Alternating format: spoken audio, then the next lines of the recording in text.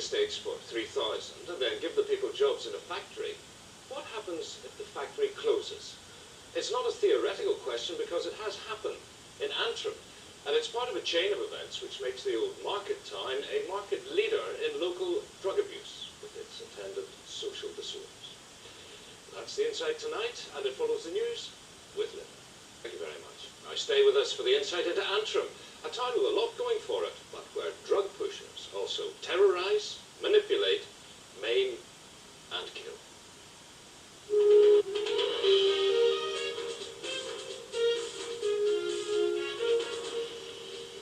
A South Antrim Assembly member was today reported as calling for the Assembly to set up a province-wide drugs task force. The fact he's from Antrim is hardly coincidental. Recently, Antrim has been in the news far too often for a town of its size because of violence, including murder. Drug abuse may not be the whole reason, in fact it isn't, but it is the headline problem. People are being maimed, people are being murdered, and parents have had enough. They've taken to the streets to make their views known. ETV Live has taken to the streets as well, in search of the insight.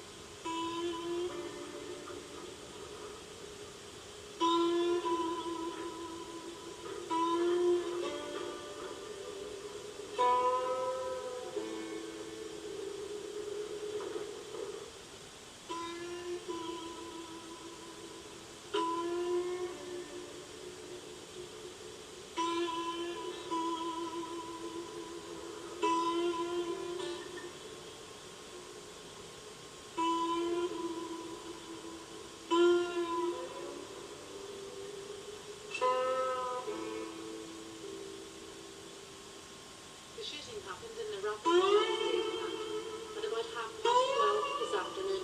Local people say they saw a gang of masked men coming into the Greystones estate last night. 3 people have died in stabbing incidents. 2 local businesses have been badly damaged in arson attacks. As the man living there went to put the fire out, a shot was fired at him. There was a man kicking a guy on the chest. At a stage, his face was already kicked in, flat to the back of his head. It's believed there's no paramilitary or sectarian involvement. There's high unemployment, poor social amenities, and a severe drugs problem has led to the upsurge in crime and violence.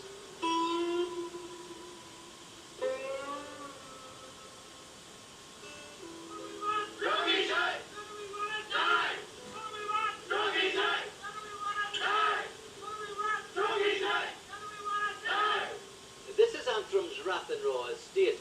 Its residents say they're living in fear. They say they've had enough of the crime which has wrecked these houses. They blame drug dealers for the deprivation and accuse them of turning this estate into a virtual drive-in for drugs.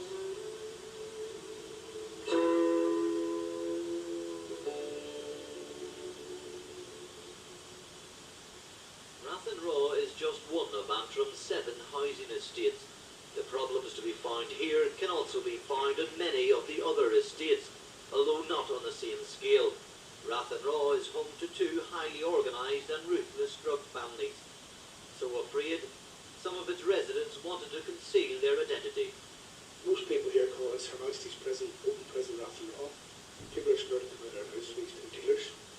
They're vandalising the estate, they're giving young kids drugs. I mean, it's like a prison. You just can't go out to the ordinary, you can't leave your house, you're afraid of getting burnt.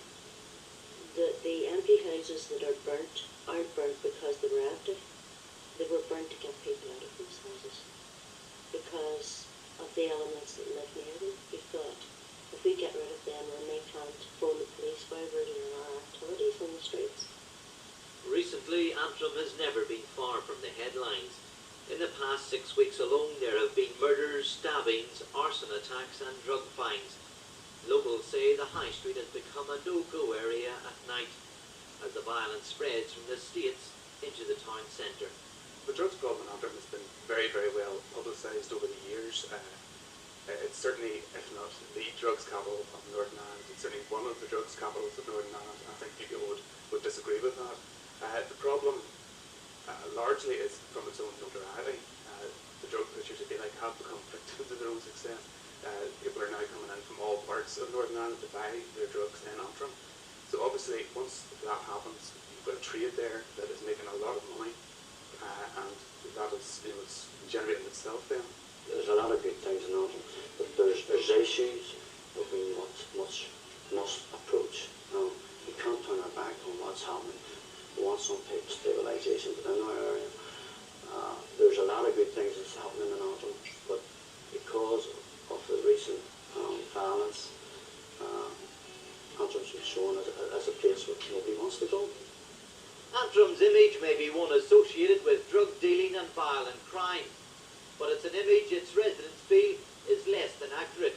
They say this is a town with a bright future, but solutions have to be found to the current problems, which they believe are firmly rooted in Antrim's past.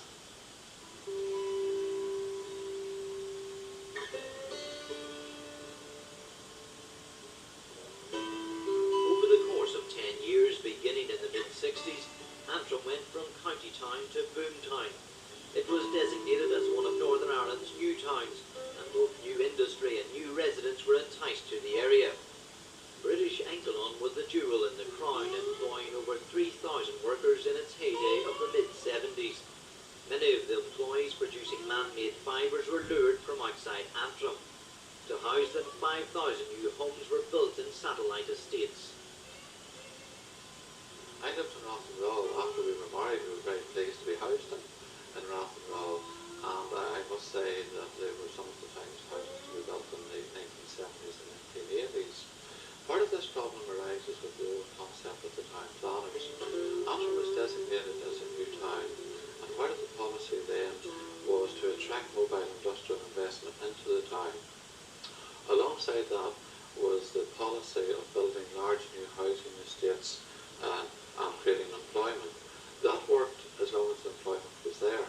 Obviously, with the loss of such industries as the British Ankelon, unemployment levels started to rise, and along with unemployment levels came deprivation, and along with that came crime. In 1982, boom turned to bust and British Ankelon shut its gates. With it went a skilled workforce who left to seek jobs elsewhere. Antrim's decline had begun. By the mid-80s, 500 homes were lying empty. At the same time, so-called problem families driven out of Belfast by paramilitaries were seeking refuge. At the start of the 1980s, there was a major problem, which was that the Ankelon factory closed down, which was employment based for a lot of people in the borough. And we then began to have problems with housing demand, and the waiting list started to fall off, and we ended up with approximately 500 empty houses. Some problem families forced out of Belfast were rehoused in Antrim. A large number of the drug dealers, or so-called drug families, were pushed out of Belfast by the paramilitaries. Antrim was a useful location for them. It had a large number of housing estates, it had large levels of deprivation, it was close to the motorway, and of course it's close to the airport and to the ports. So in many respects it was wide open for the drug dealers to move into. Certain people were allowed to move in with no pre-assessment, no vetting procedure, shall we call it, of these people. And as they moved in, they brought their problems with them. Antisocial behaviour, and you can see the extent of it now.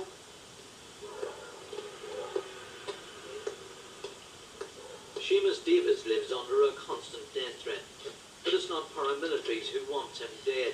It's Antrim's drug dealers. I have bars on the windows, I have a cage on the front door.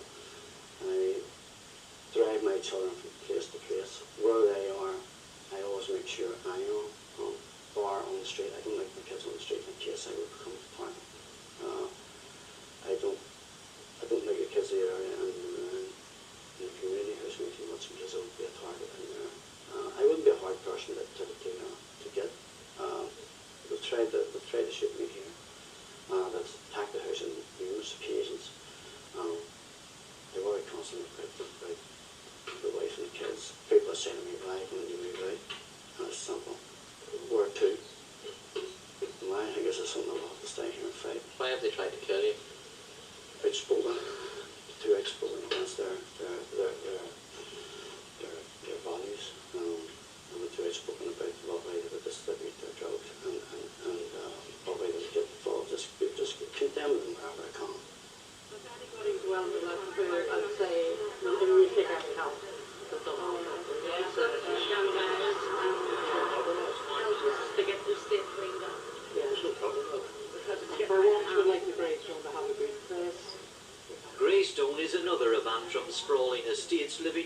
shadow of drugs. This is a cross-community project. I mean, everybody's done here, so Exactly. it's not sectarian. This is I would describe Antrim as a sort of hell on earth. You know, certain parts of it. But and saying that, it's a very, very small minority of people within each estate, mainly the drug dealers that are terrorising the community. And as I say, the statutory bodies don't seem to want to do anything with it. Whenever they go to up in front of judiciary, it's either a fine or community service. It's been glossed over for far too long, and the question must be asked, why don't they deal with this drug problem? I can take you and the RUC and tell any estate in Antrim town and point out where the drug dealers are standing, as can many people name names within these estates who these people are. But the question must be asked of the RUC, why aren't they dealing with this drug problem? Two Greystone mothers afraid to appear on camera remember better times. I thought it was a lovely estate. Like years ago you would have got the police and everything left in, left in the estate. And then It's mixed religions. it's the only estate in Antrim that is mixed, that's nobody has ever, not to my knowledge, has ever fought over religion or anything like that. I don't fear from children because I don't have children out. And I haven't done in this last 2 years. So they're with me, at all times. Or my husband. It's terrible, the thought of them, whenever they get to 13, 14, being able to walk up the street to buy the drugs. These houses on the Styes estate were destroyed by drug dealers and their customers.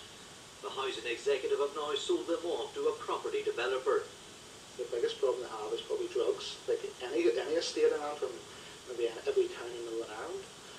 Certainly certain areas of Antrim, certain areas of this estate, the drug dealers have moved in, and once they're here, they bring their own problems with them. This is one square which has been totally neglected. It's been laid like this for several years. People have had to endure this, lived beside it, had to live with continual drug parties, drink parties, being terrorised. There's nothing unique about there being drugs in Antrim. There are probably drugs in most provincial towns right across the country. And to a degree we look at it as tackling the supply and tackling the demand. The supply side, i.e. the importation of drugs, the wholesaling of drugs, and then the retailing of the drugs,